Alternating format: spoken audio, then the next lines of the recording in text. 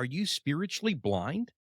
Now, before you answer that, I want you to stop and consider, what does that actually mean?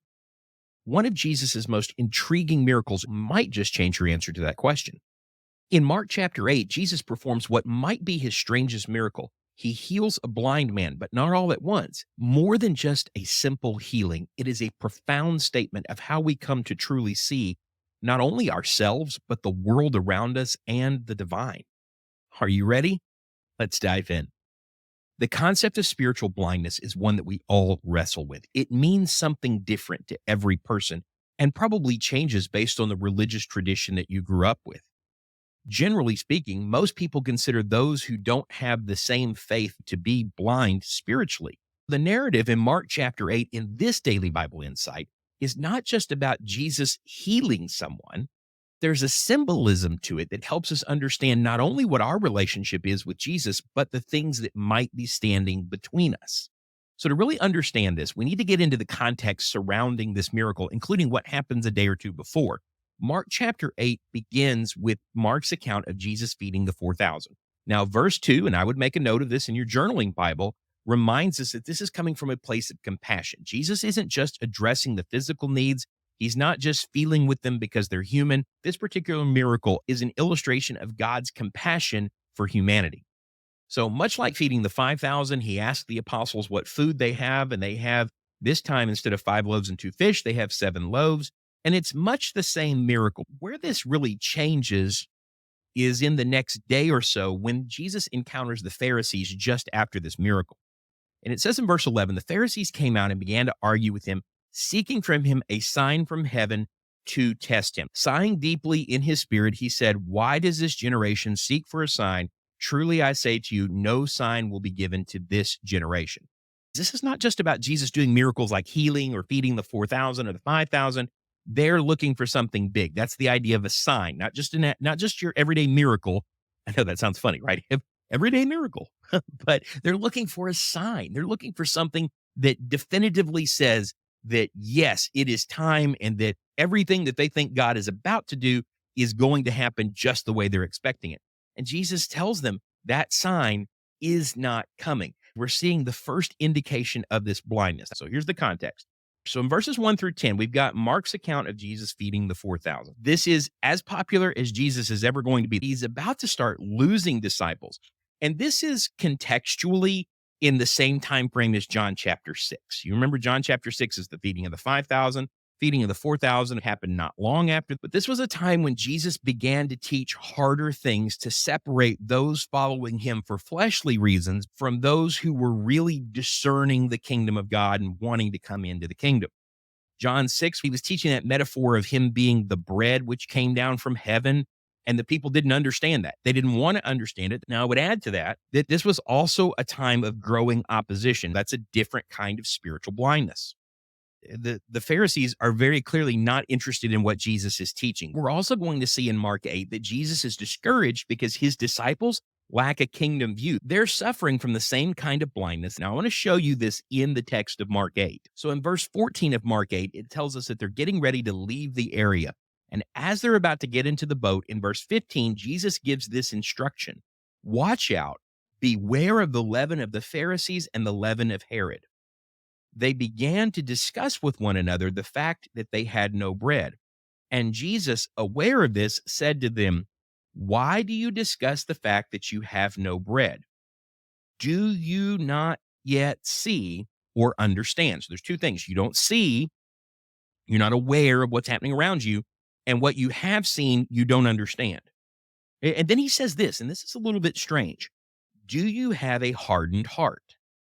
Having eyes, do you not see? And having ears, do you not hear?" Now, Jesus has already said something like this back in Mark chapter 4, but it's a direct quotation from the book of Jeremiah chapter 5, verse 21, and Ezekiel chapter 12, verse 2. It's important to understand that in this section of Jeremiah chapter 5, Jeremiah is prophesying about a destruction coming on Jerusalem. Verse 21 is basically telling them all of this could have been avoided. And it says, "Now hear, O foolish and senseless people, who have eyes but do not see, and who have ears but do not hear. Do you not fear me, declares the Lord?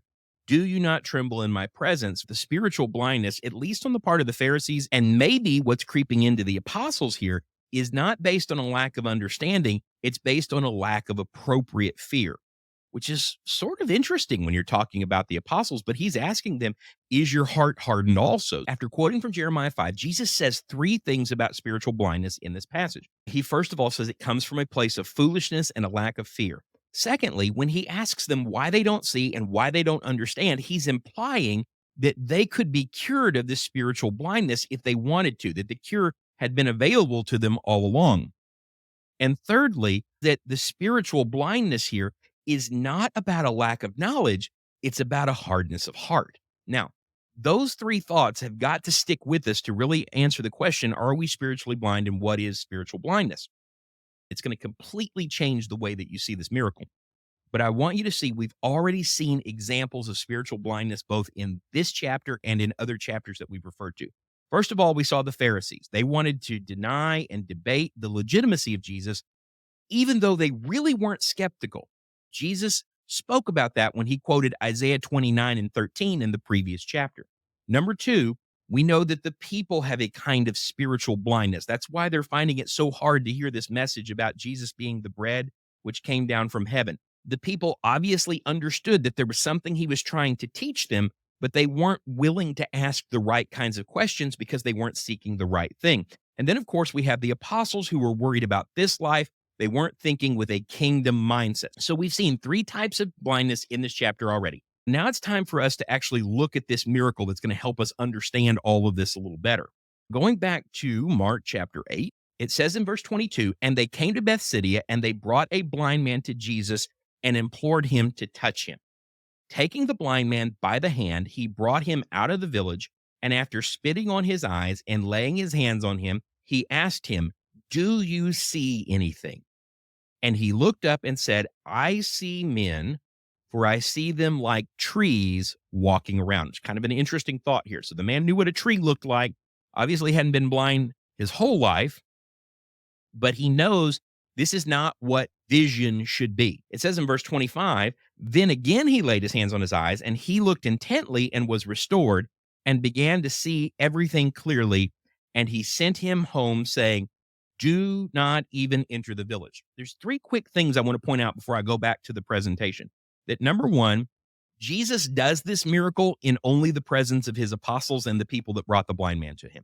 This is not a miracle for the crowds, meaning there's a special message in this miracle for the apostles. It's a little bit like the healing of the blind man in John 9. Different story, though, different blind man. Number two, Jesus asks this question, what do you see? Meaning, what are you able to discern? And the man replies, this is what I see. The third thing that I want you to notice is that the blind man, as Jesus lays his hand on him a second time, it says he looked intently, that there was a desire to see more. And that's when the full miracle happens. Now, banish from your mind any thought that Jesus somehow lost his power for a little bit or wasn't able to complete the miracle in one action like he was at other times. That is so far from what's going on here that it's ridiculous. This is actually an example to the apostles of what they're going through. Let me show you. So what we see in verses 22 through 26 is Jesus performs this miracle that only partially works. Starts out, the blind man is blind.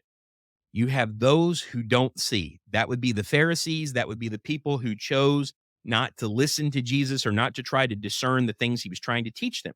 Number two, you have people who want to be part of the kingdom, but they don't quite have it figured out yet. And if they don't make the application that the blind man made, they don't have an intense desire for it, then they're not going to get any closer than they are. Well, we're talking about the apostles there. That's why Jesus asked them, has your heart become hard?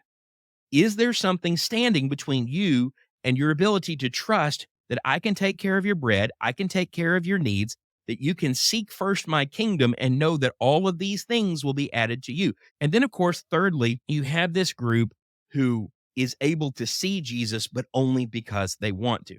So what's our takeaway from this? Well, there's one more passage that I want to take you over to, and then I'll give you the wrap up.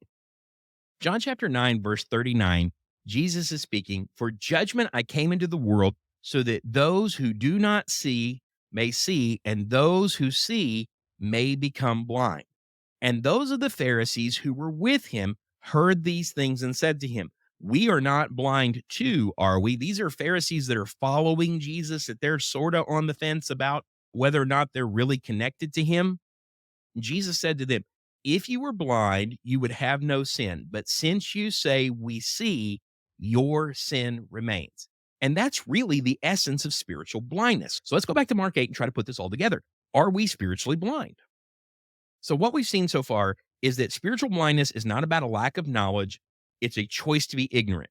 You can't be spiritually blind and really be focused on Jesus. And number three, many times it's our own sins, thinking about the Pharisees in John 9, it's our own sins, our own desires, our own fears, and our own traditions that keep us from seeing Jesus. Do you see how this takes us right back to the previous chapter in Mark chapter 7 when Jesus is quoting from Isaiah 29? "This people honors me with their lips, but their heart is far away from me. In vain they are worshiping me, teaching as doctrines the precepts of men." And so many times it's our own traditions that keep us from seeing Jesus. Now, what that means is that the thing that stands between Jesus and me is the sin I'm not willing to give up. It's the wrong desires. It's the fears that are keeping me from being all in, or it's a tradition of faith that goes against what the Bible actually says. Now, that's so important because it leads us to one more passage on spiritual blindness, and that's found in Matthew chapter 23, where Jesus kept pronouncing the Pharisees who wanted to wear the garb and wanted to be called father and wanted the greetings of rabbi in the marketplace, who basically wanted to be known as the head of an earthly religion, that he kept calling the scribes and the Pharisees fools and blind, and saying that they are blind guides and that everybody that they led was going to fall into a ditch just like they did. That kind of blindness, there's no cure for because it has no kingdom vision. It puts all of its faith in the traditions of men. I talked about a lot of the pushback that we've been getting recently from Catholicism and things like that, that all of this comes down to whether or not I'm going to trust Jesus and the Bible or the traditions of men. As long as the answer to that is no, then I'm going to remain blind. There's one more thing I want to look at before we wrap up. We're going to go back to Mark 8 one more time, and this time we're going to see something that shows up in Matthew chapter 16. It says, "On the way, he questioned his disciples, saying to them, 'Who do people say that I am?'" Now, I told you when we studied Matthew 16 that this seems to be asked in about the same time as the question at the end of John 6, "Are the disciples going to leave him the way that others had left him?" Peter said, "Who would we go to? Only you have the words of life." But look at what it says in verse 28. It says, "They told him, saying, 'John the Baptist, and others say Elijah, but others one of the prophets.' And he continued by questioning them, 'But who do you say that I am?'" Now, he had just charged them with being spiritually blind. And Peter answered and said to him, "You are the Christ." Now, we know from Matthew's gospel that Jesus tells Peter that flesh and blood didn't reveal this to him, but his Father in heaven. The idea that this has been revealed to him means that Peter can now see something that he couldn't see before. Are you getting the parallel here? So Peter has grown. That's why in Matthew 16, Peter's not being labeled a pope there. He's being told, okay, you've grown into something that you didn't have before. And what you've grown into is the basis, the foundation for my church. Now, that's so important because what we see is that what Jesus is actually telling Peter in Matthew 16, when you put Matthew and Mark together, is you're a little less blind than you were before. So look, if you got some value out of that, I'd love for you to hit that subscribe button, but I want to know in the comments, what did we leave out about spiritual blindness that we should have talked about? Leave it for me there. The next video you need to watch is right over here. It's on Mark chapter 7 if you haven't watched that yet. And if you have, you can check out the whole playlist right over here. Till I see you again, have a good day and God bless.